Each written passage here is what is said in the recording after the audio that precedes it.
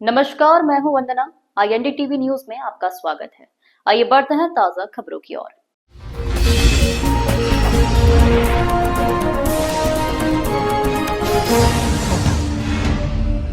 Supreme court के आदेश के बाद इंदौर जिला प्रशासन के द्वारा इंदौर में पेट्रोल पंप को सख्त हिदायत दी गई है कि जो भी व्यक्ति बगैर हेलमेट के दोपहिया वाहन पर पेट्रोल भरने आए उन्हें पेट्रोल नहीं दिया जाए, जिसे लेकर इंदौर की जनता में जबरदस्त आक्रोश है।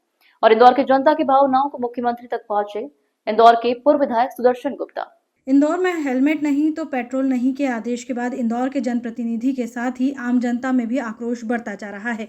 हेलमेट समस्याओं को लेकर इंदौर भाजपा के पूर्व विधायक सुदर्शन गुप्ता के द्वारा मुख्यमंत्री से मिलकर विधानसभा परिसर में ज्ञापन सौंपा गया, जिसमें मुख्यमंत्री से आग्रह किया गया कि इंदौर में हेलमेट को ऐच्छिक किया जाए। जिसे लगाना हो लगाए, जिसे न लगाना हो वो न लगाए, क्योंकि इंदौर के ट्रैफिक का अत्यधिक दबाव होने के कारण हर 1 किलोमीटर पर ग्रीन रेड सिग्नल है, जहां पर रुकना पड़ता है। कई लोगों को गले की समस्या, सर की समस्या, तमाम समस्या को लेकर लोग हमारे पास शिकायत करने आ रहे हैं। क्योंकि हम जनता के जनप्रतिनिधि हैं, इसलिए उनकी समस्याओं को समझना और समझकर उनको हल करवाना यह हमारी जिम्मेदारी बनती है। इसलिए मुख्यमंत्री जी से आग्रह है कि जिला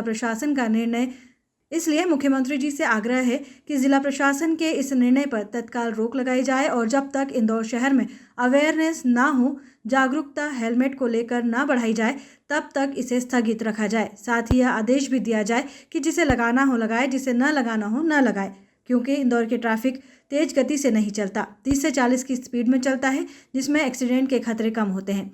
हेलमेट को यदि लागू करना है तो बाईपास पर लागू किया जाए, AB रोड पर लागू किया जाए, बाहरी क्षेत्र में लागू किया जाए जहां बड़े वाहन गुजरते हैं और तेज गति से दुपहिया वाहन भी चलते हैं।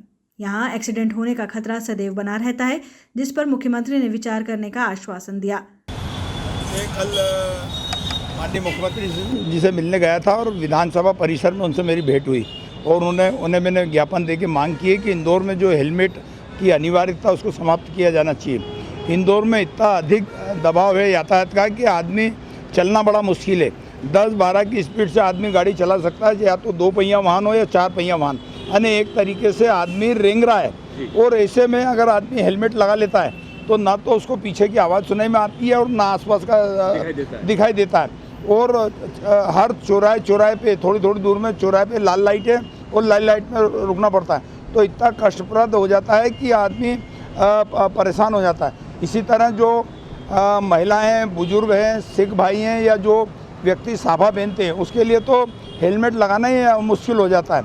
और जिन लोगों को गले में की बीमारियां हैं और वो गले की बीमारियां या मांसपेशी की बीमारी हैं, उसको लिए तो एक तरह की सज़ा हो जाती है हेलमेट। तो मैंने उनसे निवेदन किया है कि पूरे इंदौर में इसके प्रति जनता में आक्रोश है, तो आप इसको इस ओर ध्यान दें और उससे यह आक्रोश बढ़ के सरकार के ऊपर आएगा।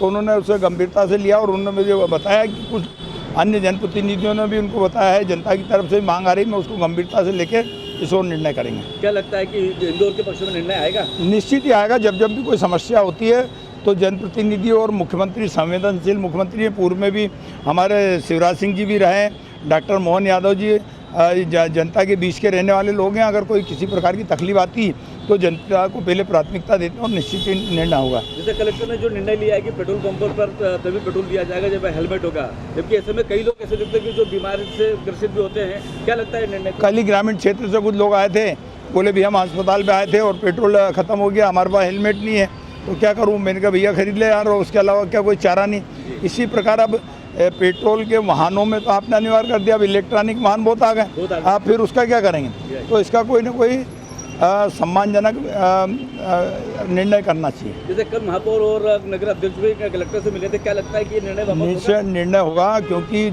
हमारे महापौर जी हों, चाहे नगर अध्यक्ष हों या सांसद जी हों, सभी जनता के प्रतिनिधि हैं और जनता की बात तक प्रशासन तक और सरकार का तक पहुंचाना हमारा दायित्व है। इसी तरह की तमाम खबरों के लिए बने रहिए हमारे साथ और देखते रहिए IND टीवी न्यूज।